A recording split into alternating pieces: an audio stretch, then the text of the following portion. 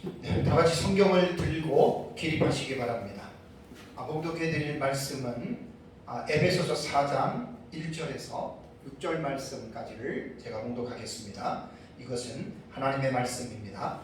그러므로 주 안에서 갇힌 내가 너희를 권하노니 너희가 부르심을 받은 일에 합당하게 행하여 모든 겸손과 온유로 하고 오래 참음으로 사랑 가운데서 서로 용납하고 평안에 매는 줄로 성령이 하나 되게 하신 것을 힘써 지키라. 몸이 하나요 성령도 한 분이시니 이와 같이 너희가 부르심의 한 소망 안에서 부르심을 받았느니라. 주도 한 분이요 믿음도 하나요 세례도 하나요 하나님도 한 분이시니 곧 만유의 아버지시라. 만유 위에 계시고 만유를 통일하시고 만유 가운데 계시도다. 아멘. 다 같이 앉으시기 바랍니다. 오전 예배 시간에는 제가 이제 에베소서 주의 설교 3장을 이제 마쳤습니다. 시간으로는 1장부터 제가 한 15시간 이제 그 주의 설교를 했고요. 이제 이번이 16번째 시간이 됩니다. 제가 설교 초반에도 말씀을 드렸듯이 또 중간쯤 돼서 또 이제 설교에 대해서 한번 또 제 마음을 여러분들에게 또 다 밝혀야 될 필요가 있어서 제가 밝힙니다. 제가 지금 설교하고 있는 에베소서에 대한 이 설교는 고려신학대학원 신학학 교수이신 길성남 교수님의 성서 유니원에서 발간된 에베소서 어떻게 읽을 것인가라고 하는 에베소서 주의 책이 있습니다. 그리고 이제 제가 2018년에 서상근 목사님이 에베소서 원문으로 우리 1박 2일 동안 공부할 때 참석해서 그때 이제 원문을 공부했던 그 교재도 있고 그 당시에 녹음했던 녹음도 있습니다.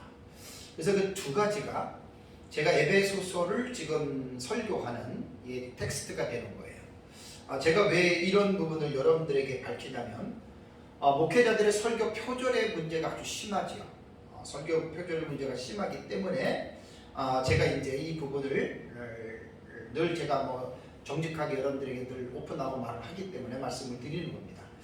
설교자들이 표절이라고 하는 말은 뭐냐면 남의 자료를 사용하면서 그 출처를 밝히지 않고 마치 자기가 한 것처럼 할 때는 여러분 그거는 표절이 됩니다.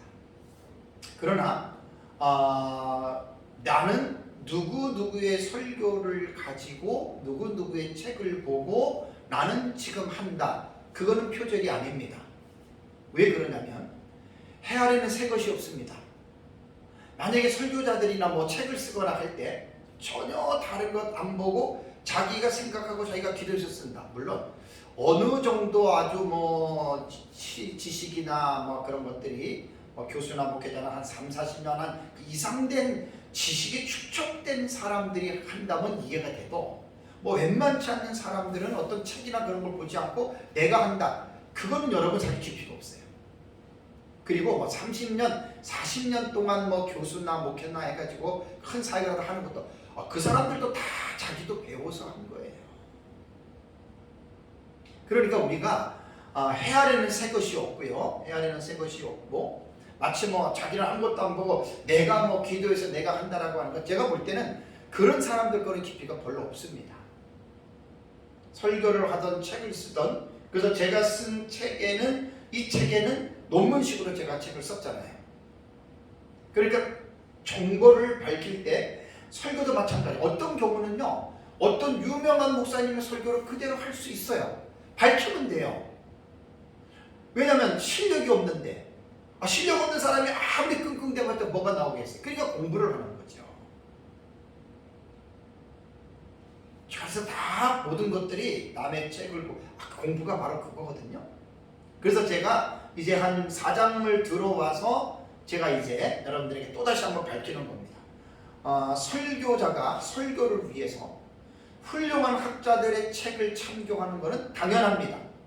만약에 참고하지 않고 나는 성경만 보고 한다? 그런 설교들은 별로 들을 게 없어요. 별로 깊이가 없어요. 그래서 이제 학자들마다 또 교수님들이나 목사님들 같은 경우 이런 말을 합니다. 설교를 할 때는 주석을 아예 보지 말아라. 주석을 보게 되면 당신이 말하고자 하는 부분들이 방해를 받는다 이렇게 말하는 사람이 있고, 또 어떤 사람은 주석을 보되 자기가 설교를 맞춰 놓은 다음에 혹시 잘못되지 않았나 확인하기 위해서 주석을 보라고 하는 분이 있어요. 또 어떤 교수님은 주석을 먼저 보고 성경의 어려운 내용들을 먼저 파악한 다음에 그 다음에 설교를 하라. 여러분 1, 2, 3번이 있다면 어떤 것이 정답일 것 같아요? 다 맞는 말이에요. 자기 스타일대로 하는 거예요. 1번도 해당이 될 수도 있고 2번도 해당이 될 수도 있고 3번도 해당이 될 수 있습니다. 제가 이제 올해 33년째 설교를 하는데 저는 이 방법 다 씁니다. 왜냐하면 어려운 본문은 아무리 읽어도 이해가 안 될 때는 기도한다고 깨달아지는 게 아니에요. 그때는 훌륭한 학자들의 주석을 봐야 돼요. 주석을 보면서 이게 이런 내용이구나라고 깨달은 다음에 내가 이제 그 본문을 설교할 때 그 본문을 작성하면 엄청난 도움이 돼요. 그리고 어떤 경우에는 내가 성경을 읽는데 정말 성령님이 감동해가지고 딱 성경에 어떤 설교할 수 있는 그 제목과 그걸 줄 때가 있어요. 종종. 또 그때는 그렇게 하는 거예요. 그리고 또 내가 깨닫고 나서 설교를 하고 나서 설교문을 작성하고 나서 이게 정말 이게 옳은 것일까? 그래서 또 다른 주석을 확인하는 경우가 있기 때문에 저 같은 경우는 이 세 가지를 저는 다 사용을 합니다. 그러나 어느 한 가지만을 가지고서 이렇다라고 말하는 것은 그것은 자기의 주관적인 입장이기 때문에 그렇지 않습니다. 그래서 저는 에베소서에 대한 이 본문에 대한 주제는 길성남 교수님 책이 너무나 정말 잘 해놨어요. 그분은 고신대에서 에베소서만 약 20년이 넘게 아마 해마다 가르치는 것 같아요. 학생들한테. 그래 얼마나 그 책이 농축이 됐겠어요. 그 책을 다 여러분들에게 말할 수도 없고 또 설교자가 주석을 다 말한다? 그건 어려워요. 왜냐하면 설교자 자신이 그 책을 보고 깨닫는 깊이가 서로가 달라요. 아무리 자세하게 해놔도 그 설교자한테는 그 내용이 안 들어올 수가 있거든요. 그럼 넘어가는 거예요. 그래서 제가 제 설교는 이제 요 두 분 것이 텍스트가 돼서 여러분들에게 한다라고 하는 것을 또다시 이제 제가 밝힙니다. 자, 오전 예배 시간까지 이제 3장을 마치고 이제 4장으로 들어왔어요. 4장은 조금 이제 분위기가 달라져요. 그래서 제가 이제 4장에 대한 이 부분에 대해서 말할 때 에베소서를 첫 번째 설교할 때 기억나시나요? 에베소서는 크게 두 부분으로 구성됐다 그랬죠. 1부와 2부. 1부는 1장에서 3장의 내용이고요. 이 대체적으로 교리적인, 그러니까 에베소서는 주제가 교회거든요.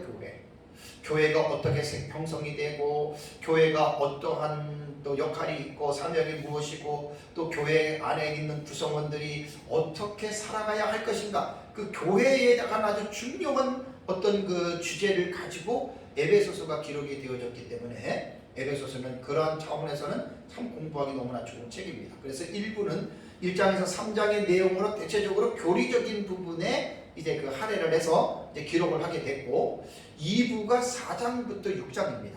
4장부터 6장이 되는데 4장부터는 앞부분 1부에서 언급한 1장과 3장의 교훈을 근거로 이제 믿을 뿐 아니라 이제 그 믿는 자들, 교회가 어떻게 해야 하는지에 대한 이 삶에 대한 이러한 부분들에 대해서 이제 2부에는 이제 그러한 부분을 중점적으로 이제 기록했다라고 하는 것을 보고 우리가 이제 이해를 해야 됩니다. 자, 그러면 4장에 들어갔습니다. 그러면 4장에 대한 개요. 항상 내가 새로운 장에 들어가면 멀리서 보는 거시적인 관점에서 제가 성경을 보잖아요. 4장은 그러면 어떻게 되느냐? 4장은 조금 제가 준비하고 하는 시간들이 좀 바빴어요. 솔직한 얘기로. 오전에도 조금 설교하면서 조금 내가 버벅했는데 그 좀 아쉽습니다. 그거는. 네. 그래서 4장에 대한 이 내용은 그 전에 거는 뭐 제가 또 제 나름대로 이렇게 뭐 바꾸기도 했는데 이제 기성현 교수님 책에 대한 그 부분을 제가 그대로 가져왔습니다. 왜냐하면 성경을 읽을 때 개인적으로 보는 관점이 있을 수 있어요. 그거는 뭐 사람마다 다르기 때문에 괜찮은데 전체적인 윤곽을 볼 때에는 우리가 성경을 공부할 때는 이 새로운 장에 들어가면 기본적인 윤곽에 뼈대를 세워야 되거든요. 뼈대를 세우지 않고 들어가면 되게 그게 혼란스러운 거예요. 그래서 제가 요 4장에는 길 교수님 말씀에 세워놓은 그 틀을 그대로 가지고 와서 또 거기에다가 내용을 가지고 또 제가 기도하면서 또 준비된 부분들을 같이 또 이렇게 제가 이제 설교를 하고 있습니다. 자, 이 4장의 문단은요, 뒤에 보면 5장 2절까지를 이제 한 텍스트로 잡아야 됩니다. 5장 2절까지. 그래서 제가 칠판에다가 이제 4장의 개요를 이제 적어놨거든요. 자, 4장은 문단으로 볼 때는 하나, 둘, 셋, 네 개로 이제 이렇게 나눕니다. 문단으로 볼 때는 1절에서 16절까지를 한 문단으로 봐요. 그러면 1절에서 16절까지의 내용은 교회가 하나다, 하나됨과 교회가 성장하는 자라감에 대해서 얘기를 하는데, 이 부분을 세분화하면 문장으로 보면 1에서 6절이 성령의 하나됨을 지키라. 오늘 오전에는 이것만 얘기를 합니다. 1에서 6절까지. 그 다음에 다음 주에 7절에서 16절이 그리스도의 몸을 세우는 것인데, 7절에서 15절이 하나님이 일꾼들을 주신 목적. 되게 중요합니다. 다음 주에 이제 오전 예배 설교할 때 아마 오후 예배까지 아마 이게 두 개가 딱 갈 것 같은데, 하나님이 왜 교회에 일꾼들을 세우고 있느냐, 특히 가르치는 자들에 대해서 이제 에베소서는 강조를 했어요. 아주 교회에서 너무 중요한 부분이고요. 16절이 결론적 진술로서 한 문단이 끝납니다. 한 단락이. 그 다음에 17절과 24절은 옛사람과 새사람에 관해서. 그래서 우리가 새로운 사람이 됐잖아요. 우리가 그리스도 안에서 그리스도를 통하여 한 새사람이 되었기 때문에 새사람 되기 이전에 옛사람을 벗어버려야 돼요. 옛사람의 행위를 벗어버리고 새로운 사람의 신분에 걸맞게 살아가라. 요거 이제 성화면에서 되게 중요한 내용입니다. 17절, 14절. 그 다음에 이제 4장에서 25절에서 32절에는 공동체, 교회라고 하는 하나의 유기적인 공동체를 위한 세 사람의 윤리, 어떻게 살아가야 되느냐에 대해서 말을 하고, 5장 1절에서 2절은 이제 이 문단의 결론적인 권면으로 이제 맞춰집니다. 자, 그렇다면 이제 오늘은 아마 1절에서 이제 6절까지에 관한 이 부분에 대해서 이제 여러분 좀 함께 은혜를 좀 나누려고 합니다. 그러면 아직 1절에서 16절은 크게 한 문단이라고 했습니다. 교회 하나됨과 성장에서 요것이 이제 작은 문단으로 나누어지는 것이 1절과 6절이 되는 거예요. 1절과 6절. 그래서 1절과 6절에서 제가 여기다가 이제 써놓지를 않았는데, 자, 1절과 6절에 대해서 한번 말씀을 보겠습니다. 자, 1절과 3절을 먼저 쭉 한번 보시면 4장 1절과 3절을 먼저 쭉 보시면 이 부분을 먼저 일부를 제가 여러분들에게 설명을 합니다. 자, 4장 1절을 볼까요? 1절을 보면 그러므로 주 안에 갇힌 내가 너희를 권하노니 너희가 부르심을 받은 일에 합당하게 행하여라는 말이 나오죠. 여기서 보면은 이제 그러므로라고 하는 접속어가 나오잖아요. 그죠? 그렇다면 여기 1절에서 3절을 먼저 한번 제가 구문론 입장에서 간략하게 한번 설명을 좀 해드릴게요. 자, 1절에서 3절 먼저 한번 같이 봅시다. 자, 이게 이제 한 문장으로 되어 있는데 같이 보면 그러므로 주 안에서 갇힌 내가 너희를 권하노니 너희가 부르심을 받은 일에 합당하게 행하여 모든 겸손과 온유로 하고 오래 참음으로 사랑 가운데서 서로 용납하고 평안에 매는 줄로 성령이 하나 되게 하신 것을 힘써 지키라라는 말을 했습니다. 자, 그럼 이걸 한 문장인데 이 한 문장을 볼 때에는 문장 안에서 구문론이라고 하는 거는 주어부가 있고 수로부가 있고 오전에 좀 말씀을 드렸잖아요. 그 다음에 이제 그 목적어 부분이 있어요. 그래서 이제 그 부분들에 대해서 문장이 단문이 있고 중문이 있고 장문이 있어요. 이런 경우는 지금 1절에서 3절이면 중문에 해당이 되는데 여기에서 과연 무엇을 중점적으로 말하고자 하느냐를 먼저 여러분 구문론에서 이 부분들을 먼저 이게 추려내야 돼요. 그러고 나서 나머지의 앞뒤에 붙는 말들은 이게 어느 부분에 대해서 말을 하는 것인지를 먼저 알아야 되거든요. 그러면 1절에서요 여러분 1절을 보면은 먼저 그러므로 주 안에서 갇힌 내가 너희를 권하노니 너희가 부르심 받은 일 합당하게 행하여라고 하는 1절 말씀을 볼 때에는 주어부하고 수어부가 나오는데 주어와 수어만 동사만 찾아내면 문장이 딱 잡히잖아요. 그죠? 자, 1절은 뭐겠습니까? 내가 어떻게 해요? 권한다. 바울이 에베소 교회 성도들에게 권하는데 1절에서는 그 권하는 대상이 누구예요?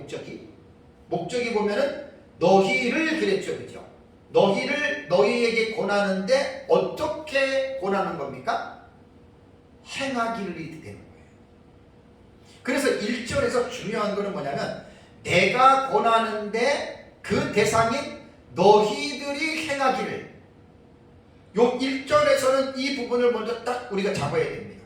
그 다음에 이제 나머지 내용은 그 2절도 마찬가지, 3절도 마찬가지. 내가 권한다. 너희를 거기에 다 수식이 되어져서 여러분 이것이 연결되는 겁니다.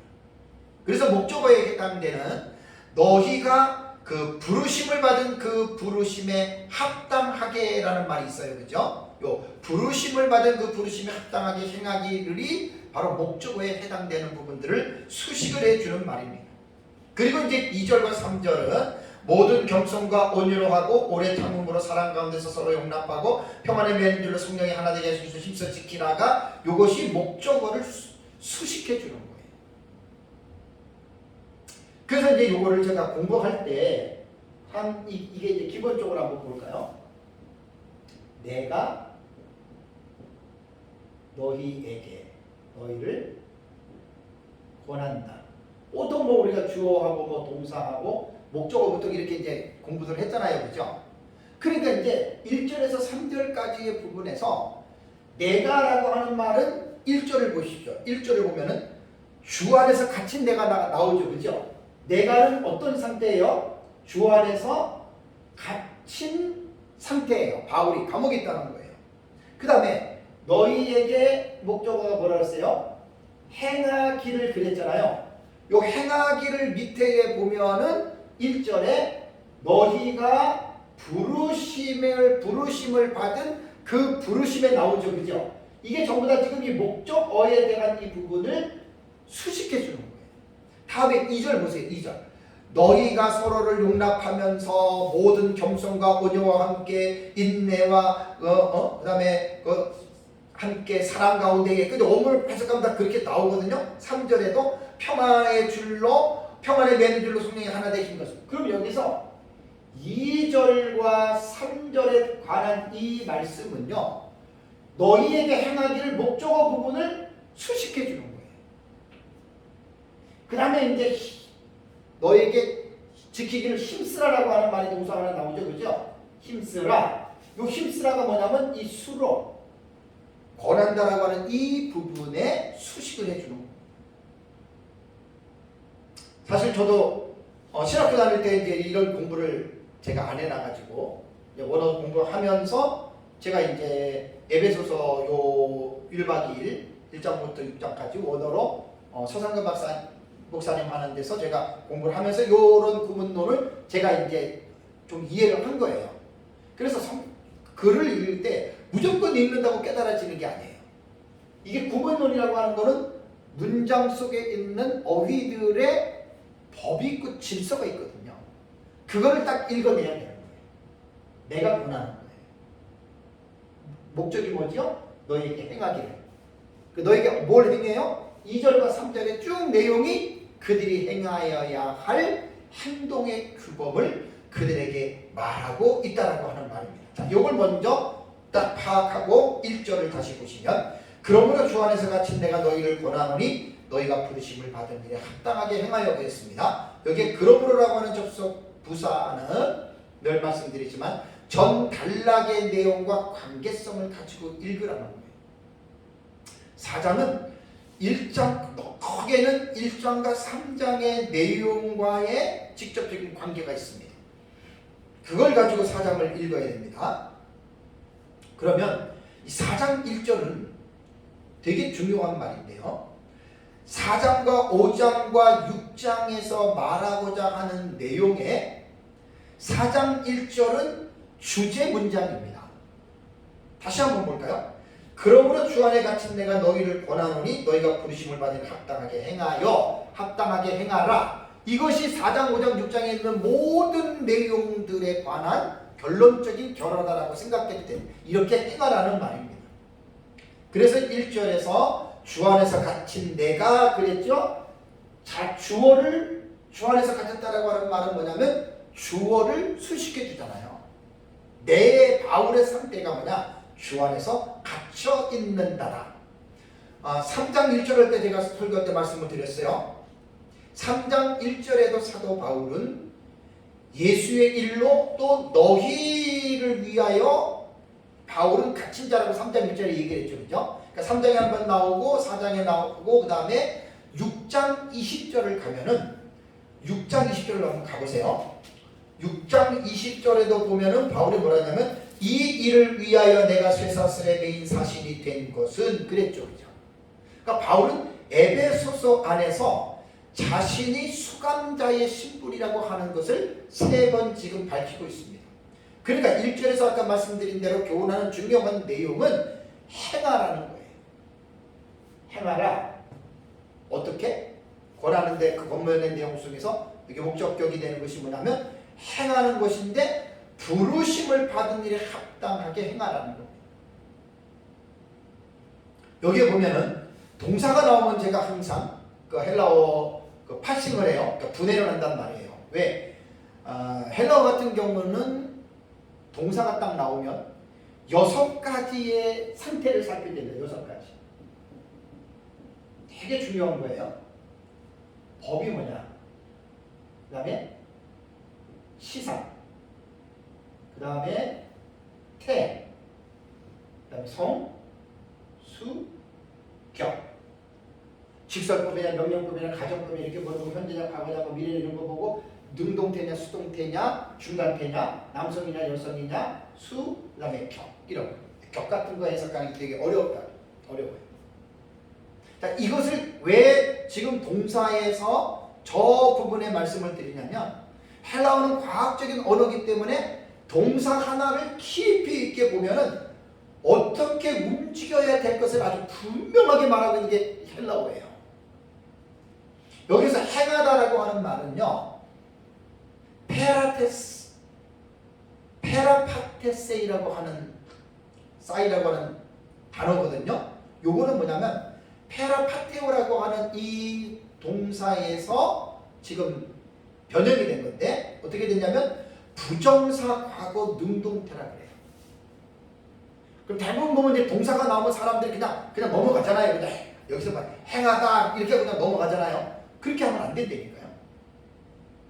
6가지를 딱 봐야 돼요. 어떤 건 다 볼 필요도 없어서 한두 가지는 봐야 돼요. 이게 뭐냐면 법이 뭐냐면 이거는 부정사예요. 그 부정사는 어떻게 해석해야 되냐 해석법이 있습니다. 부정사는 제가 가정법 능동형에서도 지난주 말씀드렸잖아요. 시간 개념이 없어요. 여기 과거 능동태라 나왔는데 시간 개념 없어요. 그냥 읽어요. 이건 시간 개념 없이 보는 거예요. 그러면 이 부정사의 동사는 어떻게 읽어야 되냐면 단회적인 사건으로 읽던가 아니면은 뭐라 그랬죠? 단호함.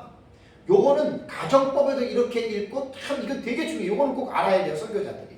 동사를 볼 때 부정사다라고 말을 할 때에는 시간 개념이 없기 때문에 문맥을 봐서 단회적으로 일어났다라고 했을 때는 과거에 한번 딱 일어난 걸로 끝나게 되는 거고 그렇지 않는 경우에는 단호함으로 해석을 해야 되는 겁니다. 그렇다면 여기서는 본회적에서는 행하다라고 하는 말이 단회적일 수 없기 때문에 여기에서 부르심을 받은 합당하게 행하여라고 하는 말은 단호함으로 해석해야 되거든요. 그러니까 우리는 4장 1절을 너희가 부르심을 받은 일에 합당하게 행하여 그냥 행하여라고 넘어갔는데 이렇게 읽으면 안 돼요. 확실하게 행하라는 거예요. 단호함의 의미는 그런 거예요. 정신이 바짝 나도록 확실하게 행하라. 설교자는 이 부분에 힘을 줘야 됩니다. 졸고 있던 성도들이 번쩍 되면서 확실하게 행하라. 이게 부정사의 의미예요. 헬라어는 그런 의미에서 이렇게 쓴 거지. 자, 에베소 교회 성도들이 무엇을 행해야 할 것인가에 대해서는 4절에서 4장, 6장 전체에서 아주 구체적으로 표현하고 있어요. 그래서 제가 4장 1절이 이제 주제 문장이라고 그랬잖아요. 4장 1절이. 그렇게 지금 중요하니까 4장 6장이 나오는 모든 내용들을 확실하게 행하라. 하나님의 말씀에 대한 의미를. 그런 말입니다. 자, 에베소 교회 성도들은 어땠습니까? 예수 믿기 전에는 허물들과 죄들로 죽었던 본질상 진노의 자녀이었죠. 그러한 그들에게 긍휼이 풍성하신 하나님의 그 큰 사랑을 인하여 그들이 그리스도와 함께 다시 살리심을 입어서 하나님의 자녀가 되었죠.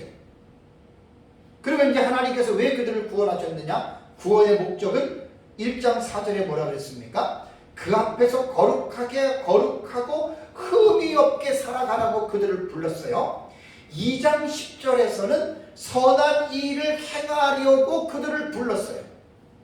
또 3장 10절에는 하늘에 있는 악한 영들에게 하나님의 각종 지혜를 알게 하려는 도구로서 하나님께서 구원시켜 주셨다. 이렇게 봐야 되는 거예요. 그러므로 구원받은 성도들의 삶은요, 하나님의 진리를 순종하는 거룩하고 선한 행동을 하는 것이라고 하는 걸 절대로 여러분 잊어서는 안 됩니다. 모든 성도들이 부르심을 받은 일에 합당하게 행하는 삶을 살아가기 위해서는 어떻게 해야 될까요? 하나님의 말씀에 늘 눈과 귀를 돌려서 집중해야 됩니다. 하나님의 말씀 속에서 모든 원리와 내용들이 다 나오잖아요. 그래서 이 본 단락에서는 부르심을 받은 일에 합당하게 행하여라고 하는 삶이 2절과 3절에 구체적으로 설명하고 있습니다. 2절과 3절을 볼까요? 어떻게 행하는지. 모든 겸손과 온유로 하고 오래 참음으로 사랑 가운데에 서로 용납하고 평안에 매는 줄로 성령이 하나 되게 하신 것을 어떻게 해요? 힘써 지키라. 그러니까 본 문장에서 중요한 내용은 3절에 있는 거예요. 2절과 3절에 보면 3절에 뭐죠? 3절의 내용은 평안에 매는 줄로 어떻게 해요? 성령이 하나 되게 하신 것을 힘써 지키라는 거예요. 1절에는 행하라라고 하는 말은 4장과 6장 전체에 나오는 주제 문장이라고 했어요. 행하는 게 중요해요. 그러면서 이제 첫 번째 바울이 미션을 주는 것이 뭐냐면 2절과 3절을 통해서 하나 되게 하신 것을 힘써 지키는데 누가 하나 되게 했습니까? 성령이 하나 되게 하신 것을 힘써 지키라는 말이에요.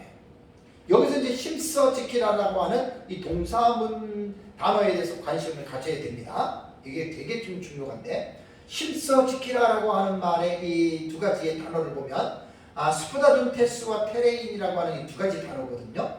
그러면 여기서 힘써라라고 하는 말은요, 이게 명령 분사로 되어 있습니다. 분사는 분사인데 어떤 형태요? 명령형으로 되어 있어요. 그리고 태를 보면은 힘써라고 하는 말은 현재 능동태거든요. 자, 왜 제가 이 말을 하냐면 이 모든 파생된 이 관계를 가지고 마지막 때가 힘써 지키라를 한번 묘사를 해볼게요. 이게 그냥 나오는 게 아니에요. 하나하나 이런 것들을 전부 다 샅샅이 뒤져서 이해를 해야 나중에 이제 이 단어에 대한 해석이 깊이 나오거든요. 다음에 동사 또 지키라라고 하는 이 테레인이라고 하는 이 단어는요, 이거는 부정사입니다. 부정사라고 말할 때에는 인칭수 등의 제한을 받지 않아요. 그냥 명사적 형태를 나타내는 동사를 부정사라고 그래요. 그럼 지키라라고 하는 말은 동사인데, 그죠? 부정사라고 했습니다. 이것도 현재 능동태입니다. 그렇다면 이 부분을 제가 뭐 명령 분사니 현재 능동태니 부정사니 이런 말을 했잖아요. 우리는 그냥 힘써 지켜라 그러고 말죠, 그죠? 힘써 지켜라라고 하는 말은 우리말의 읽기예요. 헬라어는 그렇게 읽는 게 아니에요. 이 동사를 전부 다 명령 분사 현재 능동태 부정사 이것을 가지고 읽으라면은 어떻게 되냐면 힘써라고 하는 말이 명령 분사이기 때문에, 분사는 뭐지요? 분사는 동사를 형용화한 것인데 이거는 진행되어지고 있는, 영어로 말하면 ing형으로 봐야 돼요. 그러니까 우리말 지금 여기도 보면은요. 3절에 힘써 지키라 그랬잖아요. 그죠? 그러니까 힘을 쓰는 거예요. 그러니까 힘을 쓰면서예요. 계속 힘을 쓰면서라고 하는 이런 의식을 가지고 있어요. 그 다음에 이것은 둘 다 힘써 지키라가 현재 능동태라 그랬잖아요. 그죠? 그러니까 뭐냐? 현재 항상이에요. 그 다음에 능동태는 뭐죠? 억지로가 아니라 스스로 자기가 하는 거예요. 그러니까 이게 현재형이기 때문에 늘 항상 힘을 써야 돼요. 진행형이에요. 진행형. 분사니까. 그리고 이것이 아까 명령 분사라 그랬잖아요. 해도 되고 안 해도 되는 취사 선택의 문제가 아니라 어떻게 해요? 반드시 해야만 하는 그런 뜻이에요. 그러니까 우리말에 그냥 3절을 읽을 때 하나 되게 하신 것을 힘써 지키라 이렇게 넘어가는 게 아니라 이 힘써 지킨다는 것이 억지로가 아닌 자기 스스로 이것을 갖다가 힘을 한번 딱 쓰고 마는 것이 아니라 계속해서 힘을 쓰는 거예요. 항상 현재예요. 느낌이 확 다르죠. 우리말로 힘써 지키라라고 이렇게 되는 게 아니라 헬라어 동사 하나에 들어가서 아까 말한 대로 6가지의 상태에서 쫙 읽으면 거기에서 딱딱딱딱 어떻게 해야 될 것이든 정확한 분석이 나옵니다.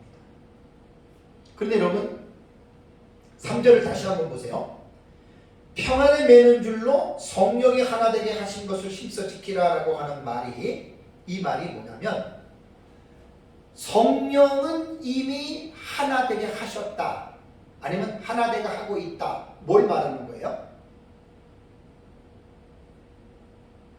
성령은 이미 하나 되게 했습니다. 이게 교회와 연관된 거예요. 교회. 우리 성도들과 연관된 거예요. 성령님이 이미 하나 되게 만드셨어요.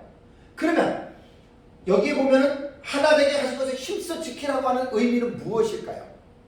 우리가 하나 되지 않는 것을 우리가 하나가 되려고 힘을 쓰라는 말이에요? 아니면 하나가 된 상태를 깨트리지 말고 계속해서 하나로 밀고 나가라 그런 뜻이에요? 후자가 맞는 말이 맞아요. 후자예요. 이미 성령께서 하나가 되게 하신 거예요. 하나님은 하나가 되게 했는데 그것을 교회의 구성원인 성도들인 우리가 깨트리지 말라는 거예요. 뭐 하나님이 하나 되게 안 된 것을 우리가 막 노력해서 하나 되게 하라고 하는 그런 의미가 아니고 이미 성령께서는 하나 되게 하신 것을 어떻게 해요? 깨트리지 말라는 거예요. 지키라라고 하는 그 아까 동사도 부정사라고 그랬잖아요. 현재 능동태이기 때문에 억지로 그럴 게 아니라 스스로 우러나는 마음으로 성령이 하나 되게 하신 것을 여러분 힘써서 여러분 우리는 늘입니다. 늘. 분사형이니까 ing 진행입니다. 현재입니다. 늘 그렇게 여러분 우리가 살아가야 됩니다. 어떤 사람들은 그래요. 어떤 성도들은 이제 은혜로 구원받았으니 나는 천국 가는 거 분명하고 그러니까 이 세상에서 하나님의 복을 받아서 잘 먹고 잘 누리고 잘 살다가 나는 천국에 들어가면 된다라고 이렇게 생각하는 성도들이 꽤 있어요. 제가 볼 때 꽤 있는 것으로 알고 있어요. 그게 이제 아닌 무사주의의 생각을 갖고 신앙생활을 하는 사람들이거든요. 그런 사람들은 힘써 지키라라고 하는 이 동사의 의미를 다시 공부하셔야 돼요. 명령 분사예요. 현재 능동태예요.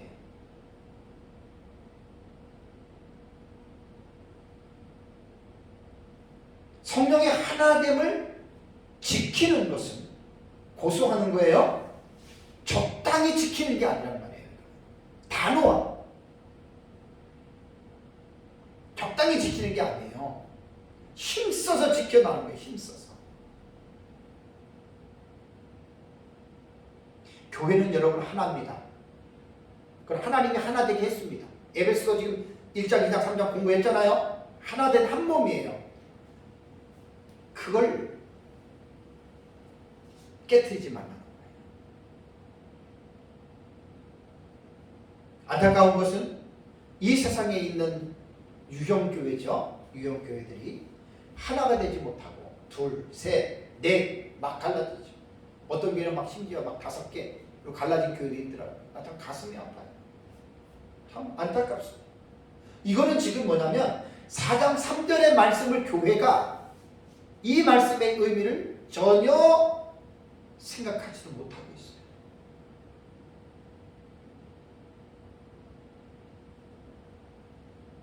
교회는, 에베소서에서 말하는 교회는 모든 죄인들과 하나님과의 원수되었던 담과 유대인들과 이방인들이 가로막고 있는 그 담을 예수 그리스도의 육체로 허물어뜨렸죠. 그 결과 성령으로 하나가 되게 하신 겁니다. 그래서 교회는 한 세 사람으로 지음을 받은 새로운 인류라고 그래요. 그래서 성도 각계 개인이 연합된 유기적인 공동체를 여러분 교회가라고 이렇게 말을 하고 있거든요. 그러므로 성도들은 성령의 인도와 가르침에 순종해서 모든 성도들이 하나가 되고, 하나가 된 것을 깨트리려고 하지 말고 더욱 힘써서 그 하나됨을 보존하라고 하는 것이 바로 3절에 나와 있는 여러분 그러한 말입니다. 그렇다면 성령의 하나 되게 하심을 지키고 유지하는 수단이 뭐냐? 그것이 이제 여러분 3절 초반절에 뭔 말이죠? 이게 다 수식해 주는 거예요. 평안에 매는 줄로 그랬죠. 그죠? 평안에 매는 줄로. 그래서 문장을 읽을 때에는 이 문장 속에서 주구와 술구와 목적어라든가 이런 걸 통해서 이 문장이 무엇을 말하는지에 대한 이 부분을 먼저 딱 잡아야 돼요. 그리고 나머지들은 대부분 수식하는 거예요. 수식하는. 평안에 매는 줄은요, 몸된 교회를 하나로 묶는 것은 평안이 필수적이라는 말입니다. 그래서 평안은 교회의 성도들을 결속해 주면서 동시에 하나가 될 수 있는 절대적인 요소가 바로 평안에 매는 줄이다라고 하는 말입니다. 그렇다면 성령의 하나됨을 지키기 위해서 이 필요한 요소들이 있어요. 그게 이제 2절에 나온 거예요. 2절. 제가 순서를 3절을 먼저 하고 이제 2절을 하는 이유는 3절에 대해서 말하고자 하는 핵심이 3절에 있기 때문에 먼저 말씀을 드리는 거예요. 2절 같은 경우는 다 수식하는 거라고 했잖아요. 어떻게 행해야 되는지 힘써 지키라, 깨트리지 말아라 그런 겁니다. 그럼 2절을 한번 보시면 2절에는 모든 겸손과 온유로 하고 오래 참음으로 사랑 가운데서 어떻게 해요? 서로 용납하고라고 하는 말입니다. 이렇게 하면서 하나됨을 깨트리지 말라는 거예요. 그러니까 본전에서는 겸손, 온유, 오래 참음, 그 다음에 사랑이라고 하는 4가지 명사가 나오죠. 그죠? 4가지 명사. 다음에 용납하고라고 하는 이 단어도 이게 명령적 분사예요. 이 동사예요. 분사 형태거든요. 그럼 여기서 동사라고 하는 말이 용납하고라고 하는 말은요, 아네코메노이라고 하는 이 단어는 아네코의 명령적 분사인데 이것은 현재 중간태 주격 2인 남성 복수예요. 너희들이, 이게 주격이거든요. 용납하라고 하는 말인데 분사는 아까 뭐라 그랬죠? ing, 진행하는 상황을 말하는 거예요. 그러니까 이게 뭐냐면 용납하고라고 하는 말은 한 번 내가 당신을 용납했다. 그거는 어떻게 보면 부정사의 의미죠. 그죠? 분사는 뭐죠? 계속 용납하면서 가는 거예요. 이게 진행이에요. 근데 태가 무슨 태라 그랬죠? 중간태. 중간태는 뭐라 그랬습니까? 모양은 수동태인데 해석은 능동태로 해야 돼요. 그러니까 중간태 해석은 자기 자신을 위하여, 자기 스스로 이렇게 돼요. 그래서 여기에서 뭐냐면 서로 용납하고라고 하는 말이 중간태로 되어 있기 때문에 자기 자신을 위해서 스스로 능동적으로 해석해야 돼요. 그러니까 이 용납이라고 하는 말은 너그러운 마음으로 남의 말이나 행동을 받아들이는 것이 용납이잖아요. 여러분 참 어렵습니다. 정말 어렵습니다. 이게 참 쉬운 말은 아니에요. 용납한다는 말이 결코 쉬운 말이 아니에요. 사람들이 용납을 하지 못하기 때문에 싸우고 서로 헤어지고 갈라지고. 겸손과 온유하고 오래 참음으로 사랑 가운데서 서로 용납하라라고 하는 말.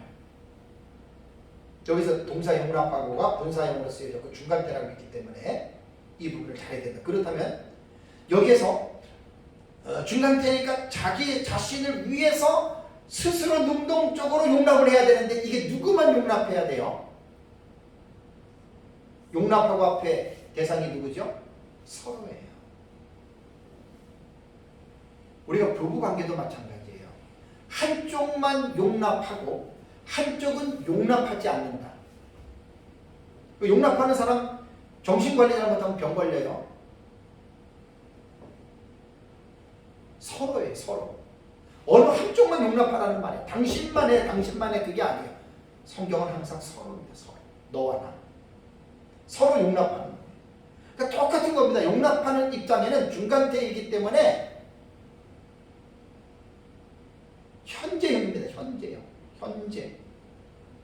또 명령형입니다. 명령적 분사입니다. 그러니까 하나님이 우리에게 명령했다라고 하는 의미는 취사 선택의 문제가 아니라는 거예요. 하라 그러면 이해, 하지 말라 그러면 이해. 그러니까 서로 용납하고 이게 하나 되게 하는 이게 지금 되게 지금 중요한 교훈이에요. 우리 실제적인 부분이거든요. 그러다 보면 여기서 성령의 하나됨을 지키기 위해서 서로가 이건 힘써 지켜야 돼요. 서로가 똑같아요. 네 가지의 요소들이 있죠. 명사형입니다. 첫 번째는 뭐라 그랬습니까? 겸손. 겸손이라고 하는 타페이노 프로슈네라고 하는 이 단어는 마음의 낮음, 뭐 혹은 굴종으로도 번역이 되고 수치스러운 비하, 이게 낮아짐 쪽입니다.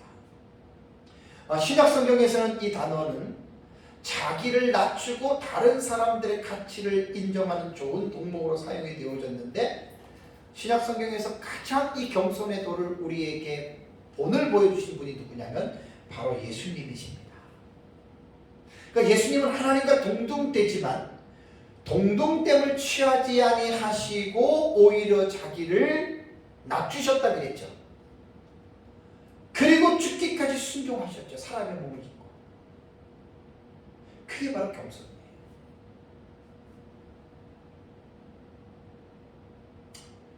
저는 우리 아이들한테 신앙 쪽으로 물려줄 유산들이 뭐 많이 뭐 있지만 저는 가장 내가 우리 아이들이 어릴 때부터 지금까지 강조한 게 겸손입니다. 하나님 앞에서도 사람 앞에서도 겸손이 가장 기독교에서 아름다운 덕목입니다. 사람도 사실 겸손에서 나오는 거예요. 그래서 앤드류 모레이가 쓴 겸손이라고 하는 소책자 조그만 거 있어요. 그 책자를 내가 아주 예수 믿고 얼마 안 되는 잠시 한 8, 9년 됐네요. 그때 이제 예수 믿고 그 책을 너무 감명 깊게 봐서 우리 아이들한테 항상 어릴 때부터 가르쳤던 덕목이 겸손해야 됩니다. 근데 그게 성경적인 거예요. 거기에 보면은 앤드류 모레이 보면은 기독교의 중요한 덕목 중에 첫째도 겸손, 둘째도 겸손, 셋째도 겸손. 최고의 덕목입니다.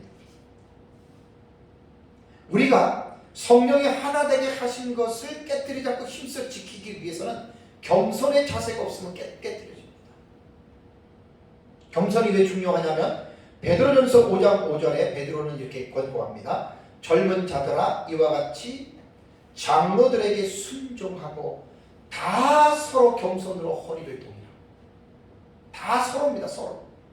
하나님은 왜요? 교만한 자를 대적하시되 겸손한 자들에게는 은혜를 주시느니라라고 말을 했습니다. 겸손의 반대는 교만입니다. 죄인된 인간의 본성은 근본적으로 자신을 우주의 중심으로 생각하는 교만성을 갖추고 있어요. 내가 최고야. 나 없으면 안 돼. 왜 저라고 안 그러겠어요? 내가 깨달은 것만 최고야. 내가 제일이야. 멋있는 표현입니다. 내가 우주의 중심으로 생각한 이건 교만해서 그런 거예요. 나 없어도 하나님이 다 합니다. 그러니까 교만한 사람들은 항상 자기가 우주의 중심이야. 이게 결국 여러분 이런 생각을 가지고 있으면 교회가 깨진다니까요. 하나 안 됩니다. 둘, 셋, 넷 쫙쫙쫙쫙 갈라집니다. 그런데 뭐 장로나 교회에 조금 중진들 이런 사람들 교만 한번 갖고 있잖아요. 쫙쫙쫙쫙 갈라집니다. 목사 필요 없고 장로 필요 없고 너 필요 없고 내가 최고야. 이게 현실이에요. 이게 현실이에요. 거듭났다 구원받았다 절대로 교만 못 버립니다. 교만은 분열을 일으키고 결국 공동체를 무너뜨리고 개인적으로는 망합니다. 저도 교만하면 망합니다. 성경에 나와요. 잠언 6장 18절에 교만은 패망의 선봉이요 거만한 마음은 넘어짐의 앞잡이니라. 저도 많이 경험했고 주변에서 많은 사람들을 살피고 있습니다. 저는 교만은 패망합니다. 제일 두려운 게 저는 이거 교만이에요. 잘 나가던 사람이 교만하면 딱 하나님 놔버립니다. 구원은 받아도 놔버립니다. 교만한 사람은 지가 제일 잘 나가고 지가 깨달은 게 제일인 것 같은데 절대로 하나님 안 씁니다. 쓸 수가 없습니다. 그러나 우리 아이들한테 지금도 만나면 항상 교만하지 말아라. 왜? 교만하면 망하고 죽는 거예요. 끝나는 거예요. 그냥. 사업 잘 된다? 뭐 믿음 좋다? 교만해보세요. 나 훅 볼만 훅 날아가지. 이게 얼마나 지금 중요한지 몰라요. 잠언 29장 23절에도 사람이 교만하면 낮아지게 되겠고 마음이 겸손하면 영예를 얻으리라. 그러니까 교만한 사람은 일순간에 자기가 모아놨던 것이 평생 모아놨던 것이 싹 날아갑니다. 재산도 날아가고 건강도 날아가고 목숨도 날아가고 명예도 교만하면 싹 날아가는데 겸손한 사람들은 전부 다 모이고 있어요. 절대로 안 날아갑니다. 전 이 능력을 압니다. 저는. 이사야서 57장 15절에도 지극히 존귀하며 영원히 거하시며 거룩하다 이름하는 이가 이와 같이 말씀하시되 내가 높고 거룩한 곳에 있으며 또한 통행하고 마음이 겸손한 자와 함께 있나니 이는 겸손한 자의 영을 소생시키시며 통행하는 자의 마음을 소생시키려 합니다.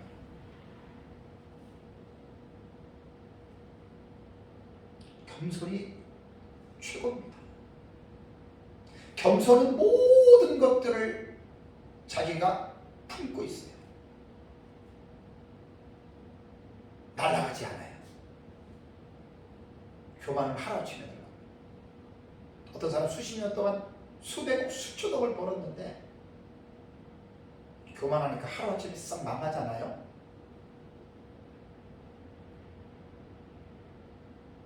영적인 생활도 마찬가지, 목회도 마찬가지. 겸손해서 더 머물고 싶지만 넘어가겠습니다. 두 번째는 온유입니다. 온유. 프라이테스라고 하는 이 말은 친절하다, 뭐 동정심도 되고 온유로 이렇게 번역이 되는 단어인데 온유의 우리말의 사전적인 정의는 성질이 온화하고 부드러움입니다. 그러니까 사실 온유한 사람이다라고 말을 보면은 이제 뭐 대인 관계할 때도 자기 권리를 막 주장하거나 다른 사람을 무시하거나 그러지 않아요. 그냥 다른 사람 존중해주고 배려해주고 이러한 것들이 사실 온유한 거거든요. 왜 이게 필요한 줄 아세요? 교회가 하나 되게 하는 것을 지키기 위해서는 이 온유한 성품이 있어야 돼요. 아까 말한 대로 겸손이 없고 온유가 없으면 깨지는 거예요. 세 번째는 뭐죠? 오래 참음이에요. 마크로디미아라고 하는 이 오래 참음 말 그대로 인내인데 다른 사람과의 관계에 있어서 참 이거는 정말 급한 사람들은 꼭 배워야 됩니다. 저도 상당히 급한 사람이거든요. 상대방의 약점과 잘못을 포용하지 못하고 그냥 막 분노하고 막 그런 경우 있죠. 사람은 실수할 수 있어요. 잘못할 수 있어요. 거기서 오래 참지 못하고 분을 쏟아버리고 그 사람에게 공격을 하고 그러면 깨지는 거예요. 참 이러한 그 성품들이 정말 얼마나 여러분 하나가 되는 것을 유지하는 데 필요한지 모릅니다. 네 번째는 뭐라 그랬습니까? 사랑입니다. 이 아가페는요, 상대를 존경하고 호의감을 갖는 거예요. 그래서 기독교에서 말하는 이 아가페 사랑은 하나님과 그의 자비 앞에서 모두가 똑같이 가치 없음을 자각함으로부터 시작이 됩니다. 너 잘나고 나 너는 못나고 나는 잘나고 이런 게 아니에요. 사실 이 사랑은요, 아가페 사랑은 주는 거고 희생하는 거거든요. 그래서 지금 3절에서 평안의 매는 줄로 성령이 하나 되게 하신 것을 힘써 지키기 위해서 2절에 말한 이 네 가지가, 명사형 네 가지가 필요하면서, 그럼 이 네 가지를 실행하면서 서로 뭘 하라고요? 용납하라라고 하는 말. 여러분 보세요. 저 완전한 사람 아닙니다. 여러분 완전합니까? 아니죠. 인간은 누구나 다 똑같아요. 바울이라고 완전했겠어요? 선생이나 학생이나 목사나 성도나 다 불완전해요. 불완전하다라고 하는 말은 뭐지요? 잘못 실수할 수 있다 없다? 있어요.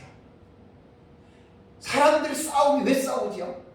싸우고 이혼하고 갈라지고 교회 깨지고 왜 그러죠?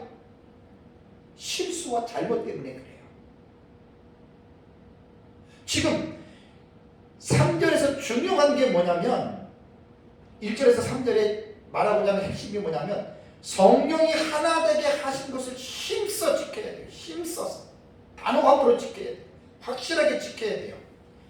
그러기 위해서는 겸손과 온유와 오래 참음과 사랑이 기본적인 덕목으로 깔려 있어야 되고, 이렇게 행하는 가운데에 이렇게 살다가도 인간은 서로가 부족하기 때문에 서로가 잘못해요. 나도 잘못해요.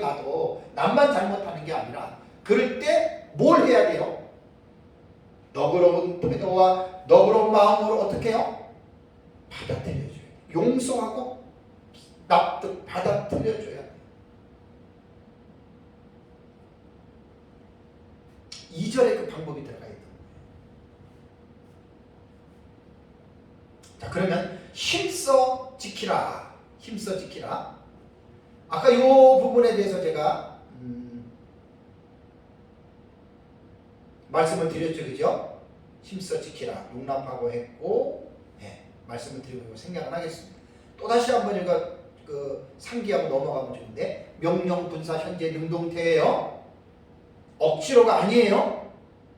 취사 선택이 아니라 명령이기 때문에 꼭 지켜 나가야 돼요. 늘 항상 스스로 우러나오는 그런 마음으로. 그리고 나서 이제 4절과 6절을 볼까요? 4절과 6절을 보면은 왜 하나 돼야 되느냐, 이것은 이제 기성환 교수님은 신학적인 근거로 얘기를 했더라고요. 4절에서 한번 6절까지를 한번 볼까요? 4절 6절을 보시면, 몸이 하나요 성령도 한 분이시니 이와 같이 너희가 부르심의 한 소망 안에서 부르심을 받았느니라. 5절에 주도 한 분이요 믿음도 하나요 세례도 하나요 하나님도 한 분이시니 곧 만유의 아버지시라. 만유 위에 계시고 만유를 통일하시고 만유 가운데에 계시도다라고 이렇게 말을 했습니다. 그러면 4절에서 6절의 문장을 하나로 우리가 딱 이해하기 쉽게 보려고 그러면, 이 4절에서 6절은 뭘 강조하겠어요? 하나됨을 강조하는 거예요. 하나라고 하는 것을 잊지 말라는 거예요. 그래서 헬라어 원문에 보니까 4절과 5절과 6절에 맨 앞에 위치한 단어, 요 보면은 이번에 어문을 들어서 확인해 봤더니, 제가 가끔 말씀드리잖아요. 헬라어 그 문장에서 보면은 대부분 보면은 이제 문장이 어휘 순서가 뭐 주어나 동사가 먼저 나오잖아요, 그죠? 나오는데 가끔 가다가 형용사가 튀어나올 때가 있고 어떤 수사가 튀어나올 때가 있죠, 그죠? 1장 3절 기억나세요? 1장 3절에 보면은 거기에 보면은 그 찬송하리로다 하나님은 우리 주 예수 그리스도 우리에게 복 주시다 그랬잖아요, 그죠? 그러니까 여기도 보면 형용사가 먼저 딱 문장 앞에 딱 그 기술을 잡아요. 그 왜 그렇다 그랬죠? 문장 앞에 나오는 단어는 뭘 하기 위해서? 강조요, 왜 강조? 그것이 다른 내용도 있지만 그것을 강조하기 위한 거예요. 그래서 팔복에도 심령이 가난한 자는 복이 있나니 저희가 천국이 저희 것이며 이렇게 말을 했는데 원문을 보면은 마카리오스라고 하는 복이 있도다가 먼저 나와요. 팔복이 전부 다 마카리오스 복이 있도다가 먼저 간 다음에 심령이 가난한 자, 마음이 온유한 자, 그 다음에 의에 질고 목마른 자 이렇게 나오는 거거든요. 마찬가지예요. 요 4절과 6절도 원문에 보면은 하나라고 하는 이 수사가 먼저 딱 나와요. 그래서 4절을 보면은 엔 소마 카이 엔 푸뉴마 그 다음에 미아 에피스, 그러니까 하나의 몸, 하나의 성령, 하나의 소망. 5절에도 에이스 큐리오스 하나의 주, 6절에도 에이스 데우스 하나의 하나님, 한 하나님. 뭘 말하는 거죠? 헬라 원문을 보면은 하나를 강조하는 거예요. 우리말에는 뭐죠? 몸이 하나여 그랬잖아요, 그죠? 몸이 강조가 되는 것 같아요. 성령도 한 분 이렇게 되잖아요. 원문에는 하나다, 뭐가? 몸이. 하나다, 뭐가? 성령이. 하나를 강조하기 위해서 헬라 원문에는 이렇게 썼다라고 하는 말입니다. 이런 것들을 보면 원문을 안 보면 이런 것들을 읽어낼 수가 없는 거예요. 그래서 이제 4절과 6절에 보면은 4절과 6절을 보면은 이게 지금 7가지의 단어가 나옵니다. 7가지. 몸, 성령, 소망, 주, 믿음, 세례, 하나님. 요 단어가 하나라고 하는 수식이 붙은 게 지금 7가지거든요. 요 7가지 중에서 뭘 우리가 봐야 되냐면 4절에 보면은 부르심의 한 소망 안에서 부르심을 받았느니라 그랬죠. 그죠? 한 소망이에요. 하나의 소망이거든요. 그러니까 이 말은 뭐냐면 성도로 부르심을 받은 우리 교회 성도들은 둘이 아니에요. 하나의 소망 안에서 하나님이 우리를 불렀다는 것을 잊어서는 안 돼요. 그래서 에베소 2장 13절에 교회는 둘이 하나를 만드셨고 둘로 자기 안에 한 세 사람을 지어 화평케 하셨다 그랬죠. 그리고 둘이 한 성령 안에서 아버지께 나아감을 얻게 한다라고 2장 18절에 말씀을 했습니다.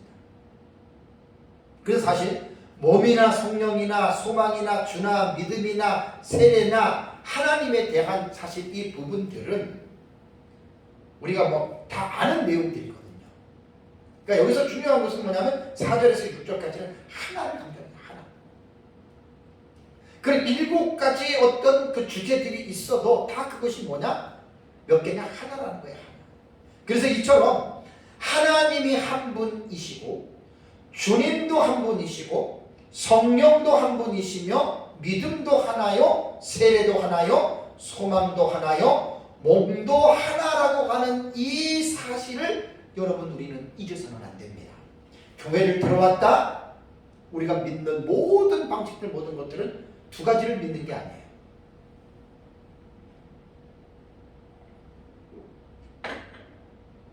하나에 대한 본질을 믿는 거예요.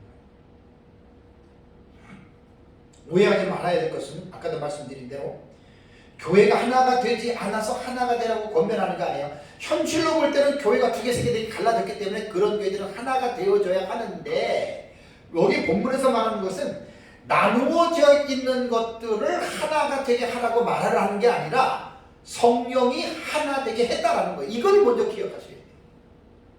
성령이 하나 되게 했다라고 하는 사실을 잊지 말고 하나 된 것을 어떻게 해요? 깨트리지 말라는 거예요. 나누지 말라는 거예요.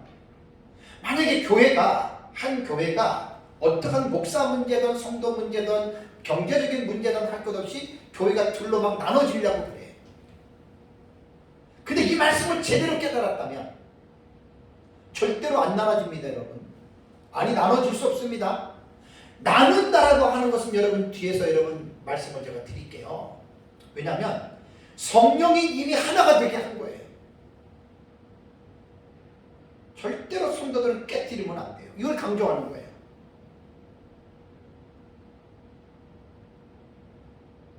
한 하나님으로부터 한 소망을 가지고 부름을 받은 한 주이신 예수 그리스도를 믿고 성령으로 세례를 받아 한 몸을 이루고 있는 우리 교회가 어떻게 서로 반목하고 대립하고 분열될 수가 있겠습니까?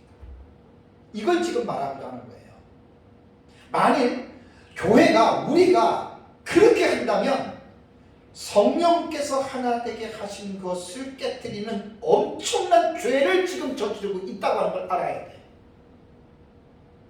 교회들이 서로 마음에 안 맞으면 분립해가지고 떨어져 나가가지고 옆에 서로 몇십 명 모여서 개척하고 이러잖아요.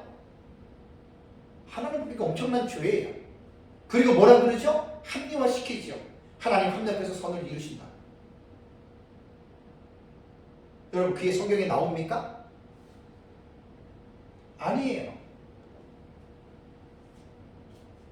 어쨌든 결과적으로 나누어졌던 교회들은 이 말씀을 통해서 회개하고 하나가 돼야 돼요. 원상복구해놔야 돼요. 본문의 말씀이 그걸 말하는 거예요.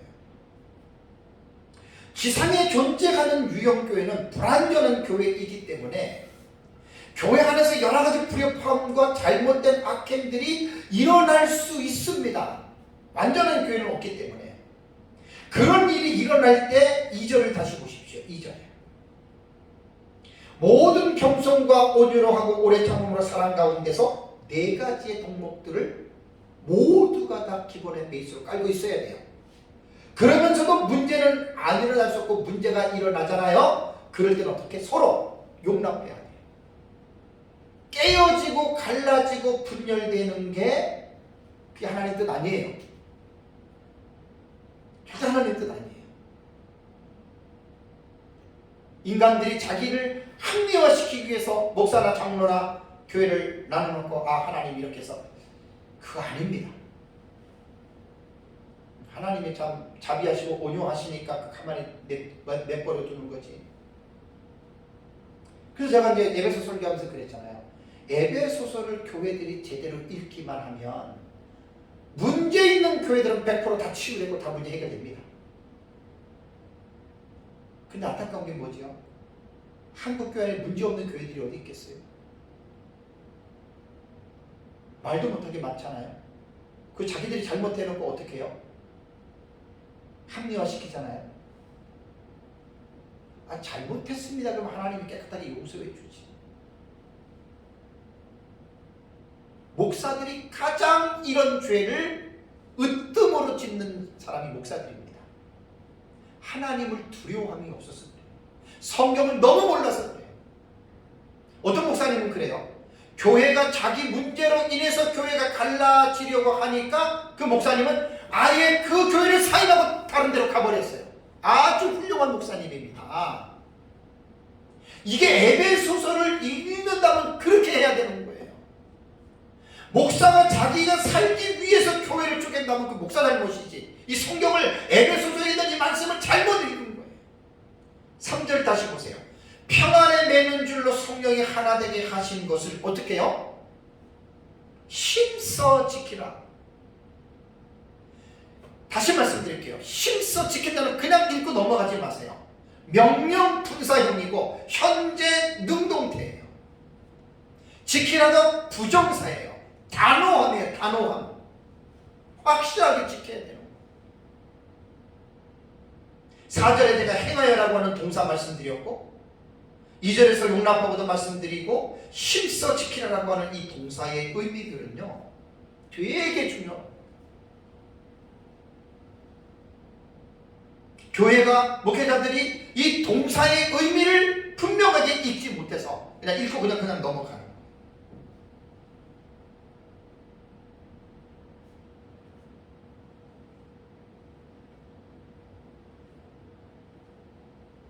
성경적으로 볼 때 성령이 하나 되게 했습니다.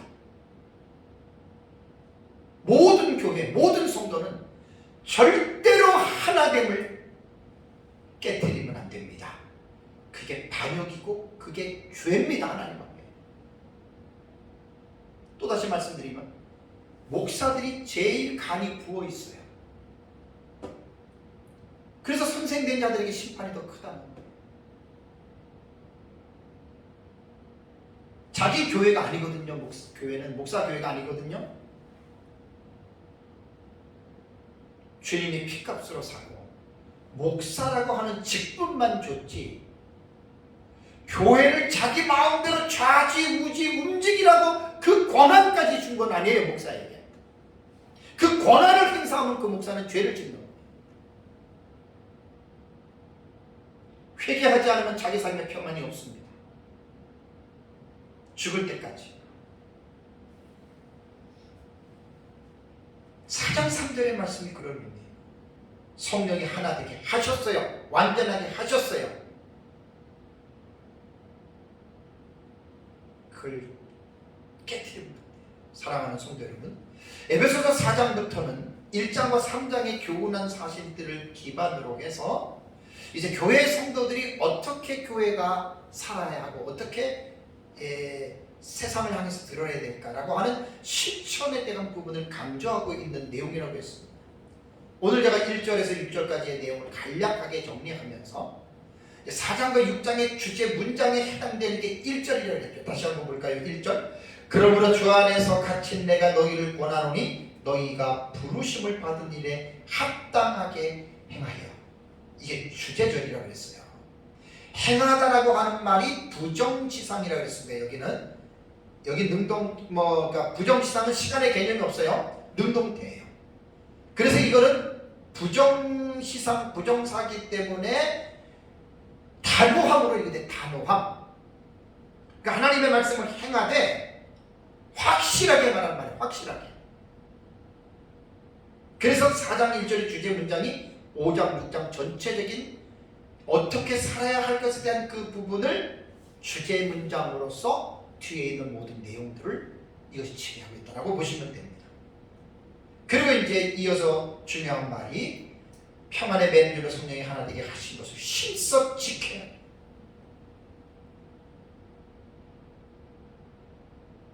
하나 된 것 분열시키거나 나누면 안 돼. 목사도 그렇고 장로도 그렇고 못된 사람들은 교회를 자꾸만 나눕니다. 교회를 가릅니다. 교회가 선한 의도에서 분립을 시키고 하는 거 그걸 말하는 게 아니에요. 그걸 말하는 게 아니에요. 교권이라던가 욕심이라던가 자기의 죄를 덮기 위해서라던가 자기의 어떤 세를 뭉치기 위해서 교회를 하나된 교회를 쪼개는 사람들이 있잖아요. 지도자들. 다 심판받습니다. 힘써 지켜야 됩니다. 명령 분사 현재 능동태입니다.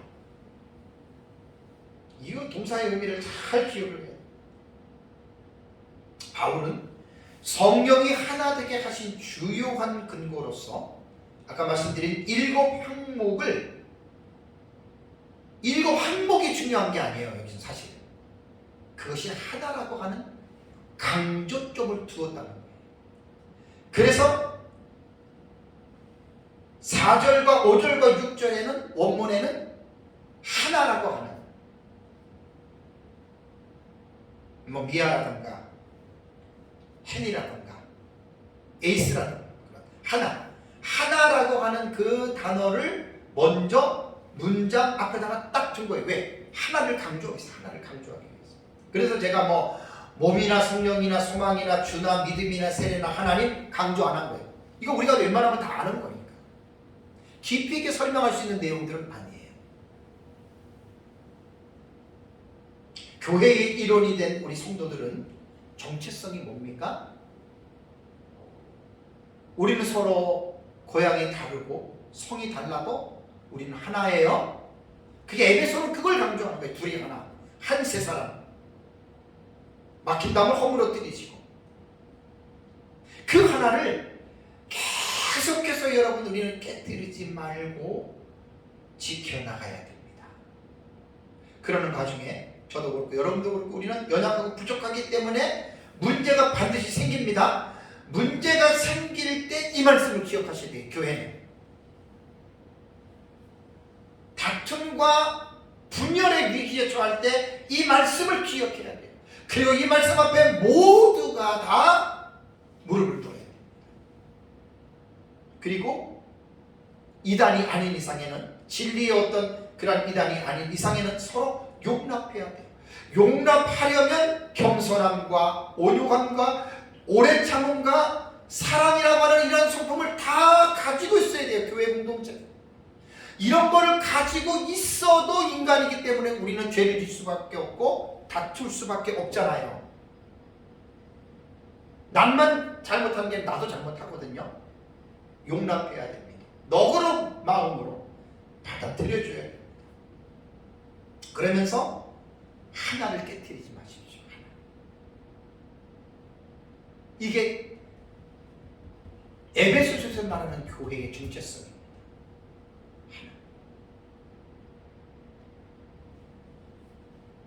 이 말씀을 잘 기억하시고 우리 모두가 하나라고 하는 이 주님이 만들어 놓으신 이 공동체를 살아가는 날까지 우리가 늘 힘써 지키면서 살아가시기를 주님의 이름으로 축복합니다. 다 같이 기도하겠습니다.